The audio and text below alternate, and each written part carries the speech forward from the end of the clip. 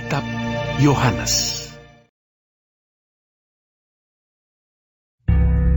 Ketika Tuhan Yesus mengetahui bahwa orang-orang Farisi telah mendengar bahwa ia memperoleh dan membaptis murid lebih banyak daripada Yohanes, meskipun Yesus sendiri tidak membaptis, melainkan murid-muridnya, ia pun meninggalkan Yudea dan kembali lagi ke Galilea. Ia harus melintasi daerah Samaria. Maka sampailah ia ke sebuah kota di Samaria yang bernama Sikar, dekat tanah yang diberikan Yakub dahulu kepada anaknya Yusuf. Di situ terdapat sumur Yakub. Yesus sangat letih oleh perjalanan, karena itu ia duduk di pinggir sumur itu.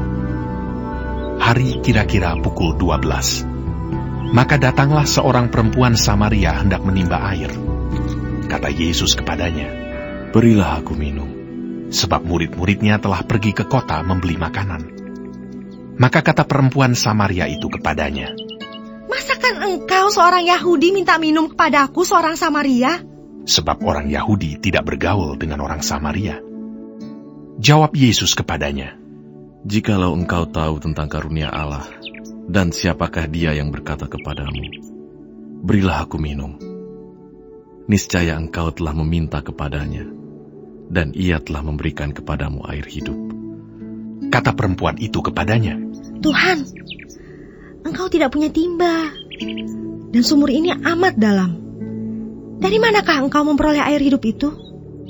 Adakah engkau lebih besar daripada bapa kami Yakub, yang memberikan sumur ini kepada kami, dan yang telah minum sendiri dari dalamnya, ia serta anak-anaknya dan ternaknya?" Jawab Yesus kepadanya, "Barang siapa minum air ini, ia akan haus lagi. Tetapi barang siapa minum air yang akan kuberikan kepadanya, ia tidak akan haus untuk selama-lamanya. Sebaliknya, air yang akan kuberikan kepadanya akan menjadi mata air di dalam dirinya, yang terus-menerus memancar sampai kepada hidup yang kekal." Kata perempuan itu kepadanya, "Tuhan, berikanlah aku air itu, supaya aku tidak haus dan tidak usah datang lagi ke sini untuk menimba air." Kata Yesus kepadanya, "Pergilah, panggillah suamimu, dan datang ke sini." Kata perempuan itu, "Aku tidak mempunyai suami." Kata Yesus kepadanya, "Tepat katamu, bahwa engkau tidak mempunyai suami. Sebab engkau sudah mempunyai 5 suami, dan yang ada sekarang padamu bukanlah suamimu. Dalam hal ini engkau berkata benar." Kata perempuan itu kepadanya, "Tuhan, nyata sekarang padaku bahwa engkau seorang nabi. Nenek moyang kami menyembah di atas gunung ini, tetapi kamu katakan bahwa Yerusalemlah tempat orang menyembah." Kata Yesus kepadanya, "Percayalah kepadaku, hai perempuan, saatnya akan tiba, bahwa kamu akan menyembah Bapa bukan di gunung ini, dan bukan juga di Yerusalem. Kamu menyembah apa yang tidak kamu kenal. Kami menyembah apa yang kami kenal. Sebab keselamatan datang dari bangsa Yahudi. Tetapi saatnya akan datang, dan sudah tiba sekarang, bahwa penyembah-penyembah benar akan menyembah Bapa dalam roh dan kebenaran. Sebab Bapa menghendaki penyembah-penyembah demikian. Allah itu roh, dan barang siapa menyembah Dia, harus menyembahnya dalam roh dan kebenaran." Jawab perempuan itu kepadanya, "Aku tahu bahwa Mesias akan datang, yang disebut juga Kristus.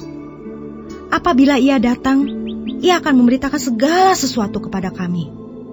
Kata Yesus kepadanya, "Akulah Dia yang sedang berkata-kata dengan engkau." Pada waktu itu datanglah murid-muridnya, dan mereka heran bahwa ia sedang bercakap-cakap dengan seorang perempuan. Tetapi tidak seorang pun yang berkata, "Apa yang engkau kehendaki?" atau "Apa yang engkau percakapkan dengan dia?"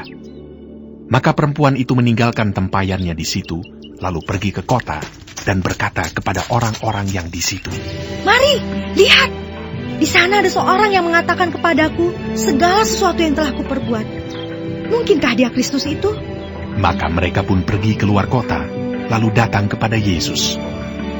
Sementara itu murid-muridnya mengajak dia, katanya, "Rabi, makanlah." Akan tetapi ia berkata kepada mereka, "Padaku ada makanan yang tidak kamu kenal." Maka murid-murid itu berkata seorang kepada yang lain, "Adakah orang yang telah membawa sesuatu kepadanya untuk dimakan?" Kata Yesus kepada mereka, "Makananku ialah melakukan kehendak Dia yang mengutus aku dan menyelesaikan pekerjaannya. Bukankah kamu mengatakan, 4 bulan lagi tibalah musim menuai? Tetapi aku berkata kepadamu, lihatlah sekelilingmu, dan pandanglah ladang-ladang yang sudah menguning dan matang untuk dituai. Sekarang juga penuai telah menerima upahnya, dan ia mengumpulkan buah untuk hidup yang kekal, sehingga penabur dan penuai sama-sama bersuka cita. Sebab dalam hal ini benarlah peribahasa, yang seorang menabur dan yang lain menuai. Aku mengutus kamu untuk menuai apa yang tidak kamu usahakan. Orang-orang lain berusaha, dan kamu datang memetik hasil usaha mereka." Dan banyak orang Samaria dari kota itu telah menjadi percaya kepadanya karena perkataan perempuan itu yang bersaksi, Ia mengatakan kepadaku segala sesuatu yang telah kuperbuat. Ketika orang-orang Samaria itu sampai kepada Yesus, mereka meminta kepadanya supaya ia tinggal pada mereka, dan ia pun tinggal di situ 2 hari lamanya. Dan lebih banyak lagi orang yang menjadi percaya karena perkataannya, dan mereka berkata kepada perempuan itu, Kami percaya, tetapi bukan lagi karena apa yang kau katakan, sebab kami sendiri telah mendengar Dia, dan kami tahu bahwa Dialah benar-benar juru selamat dunia. Dan setelah 2 hari itu, Yesus berangkat dari sana ke Galilea, sebab Yesus sendiri telah bersaksi bahwa seorang nabi tidak dihormati di negerinya sendiri. Maka setelah ia tiba di Galilea, orang-orang Galilea pun menyambut dia, karena mereka telah melihat segala sesuatu yang dikerjakannya di Yerusalem pada pesta itu, sebab mereka sendiri pun turut ke pesta itu. Maka Yesus kembali lagi ke Kana di Galilea, di mana ia membuat air menjadi anggur. Dan di Kapernaum ada seorang pegawai istana, anaknya sedang sakit. Ketika ia mendengar bahwa Yesus telah datang dari Yudea ke Galilea, pergilah ia kepadanya, lalu meminta supaya ia datang dan menyembuhkan anaknya, sebab anaknya itu hampir mati. Maka kata Yesus kepadanya, "Jika kamu tidak melihat tanda dan mujizat, kamu tidak percaya." Pegawai istana itu berkata kepadanya, "Tuhan, datanglah sebelum anakku mati." Kata Yesus kepadanya, "Pergilah, anakmu hidup." Orang itu percaya akan perkataan yang dikatakan Yesus kepadanya, lalu pergi. Ketika ia masih di tengah jalan, hamba-hambanya telah datang kepadanya dengan kabar bahwa anaknya hidup. Ia bertanya kepada mereka, pukul berapa anak itu mulai sembuh? Jawab mereka, "Kemarin siang pukul 1, demamnya hilang." Maka teringatlah ayah itu bahwa pada saat itulah Yesus berkata kepadanya, "Anakmu hidup." Lalu ia pun percaya, ia dan seluruh keluarganya. Dan itulah tanda kedua yang dibuat Yesus ketika ia pulang dari Yudea ke Galilea.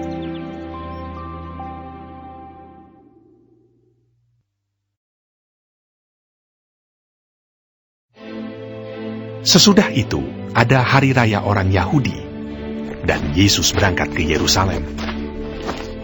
Di Yerusalem dekat pintu gerbang domba ada sebuah kolam yang dalam bahasa Ibrani disebut Betesda. Ada 5 serambinya, dan di serambi-serambi itu berbaring sejumlah besar orang sakit, orang-orang buta, orang-orang timpang, dan orang-orang lumpuh yang menantikan goncangan air kolam itu. Sebab sewaktu-waktu turun malaikat Tuhan ke kolam itu dan menggoncangkan air itu. Barang siapa yang terdahulu masuk ke dalamnya sesudah goncangan air itu, menjadi sembuh, apapun juga penyakitnya. Di situ ada seorang yang sudah 38 tahun lamanya sakit. Ketika Yesus melihat orang itu berbaring di situ, dan karena ia tahu bahwa ia telah lama dalam keadaan itu, berkatalah ia kepadanya, "Maukah engkau sembuh?" Jawab orang sakit itu kepadanya, "Tuhan, Tidak ada orang yang menurunkan aku ke dalam kolam itu apabila airnya mulai goncang. Dan sementara aku menuju ke kolam itu, orang lain sudah turun mendahului aku. Kata Yesus kepadanya, "Bangunlah, angkatlah tilammu dan berjalanlah." dan pada saat itu juga sembuhlah orang itu. Lalu ia mengangkat tilamnya dan berjalan. Tetapi hari itu hari Sabat. Karena itu orang-orang Yahudi berkata kepada orang yang baru sembuh itu, "Hari ini hari Sabat, dan tidak boleh engkau memikul tilammu." Akan tetapi ia menjawab mereka, Orang yang telah menyembuhkan aku, dia yang mengatakan kepadaku, "Angkatlah tilammu dan berjalanlah." Mereka bertanya kepadanya, "Siapakah orang itu yang berkata kepadamu, angkatlah tilammu dan berjalanlah?" Tetapi orang yang baru sembuh itu tidak tahu siapa orang itu, sebab Yesus telah menghilang ke tengah-tengah orang banyak di tempat itu. Kemudian Yesus bertemu dengan dia dalam bait Allah, lalu berkata kepadanya, "Engkau telah sembuh. Jangan berbuat dosa lagi, supaya padamu jangan terjadi yang lebih buruk." Orang itu keluar, lalu menceritakan kepada orang-orang Yahudi bahwa Yesuslah yang telah menyembuhkan dia. Dan karena itu orang-orang Yahudi berusaha menganiaya Yesus, karena ia melakukan hal-hal itu pada hari Sabat. Tetapi ia berkata kepada mereka, "Bapakku bekerja sampai sekarang, maka aku pun bekerja juga." Sebab itu orang-orang Yahudi lebih berusaha lagi untuk membunuhnya, bukan saja karena ia meniadakan hari Sabat, tetapi juga karena ia mengatakan bahwa Allah adalah Bapanya sendiri, dan dengan demikian menyamakan dirinya dengan Allah. Maka Yesus menjawab mereka, katanya, "Aku berkata kepadamu, sesungguhnya anak tidak dapat mengerjakan sesuatu dari dirinya sendiri, jikalau tidak ia melihat Bapa mengerjakannya. Sebab apa yang dikerjakan Bapa, itu juga yang dikerjakan anak. Sebab Bapa mengasihi anak, dan ia menunjukkan kepadanya segala sesuatu yang dikerjakannya sendiri. Bahkan ia akan menunjukkan kepadanya pekerjaan-pekerjaan yang lebih besar lagi daripada pekerjaan-pekerjaan itu, sehingga kamu menjadi heran. Sebab sama seperti Bapa membangkitkan orang-orang mati dan menghidupkannya, demikian juga anak menghidupkan barang siapa yang dikehendakinya. Bapa tidak menghakimi siapapun, melainkan telah menyerahkan penghakiman itu seluruhnya kepada anak, supaya semua orang menghormati anak sama seperti mereka menghormati Bapa. Barang siapa tidak menghormati anak, ia juga tidak menghormati Bapa yang mengutus dia. Aku berkata kepadamu, sesungguhnya barang siapa mendengar perkataanku dan percaya kepada Dia yang mengutus aku, ia mempunyai hidup yang kekal dan tidak turut dihukum. Sebab ia sudah pindah dari dalam maut ke dalam hidup.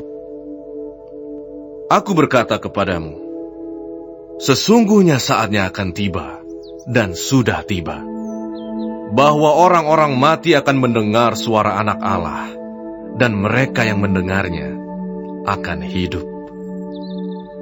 Sebab sama seperti Bapa mempunyai hidup dalam dirinya sendiri, demikian juga diberikannya Anak mempunyai hidup dalam dirinya sendiri.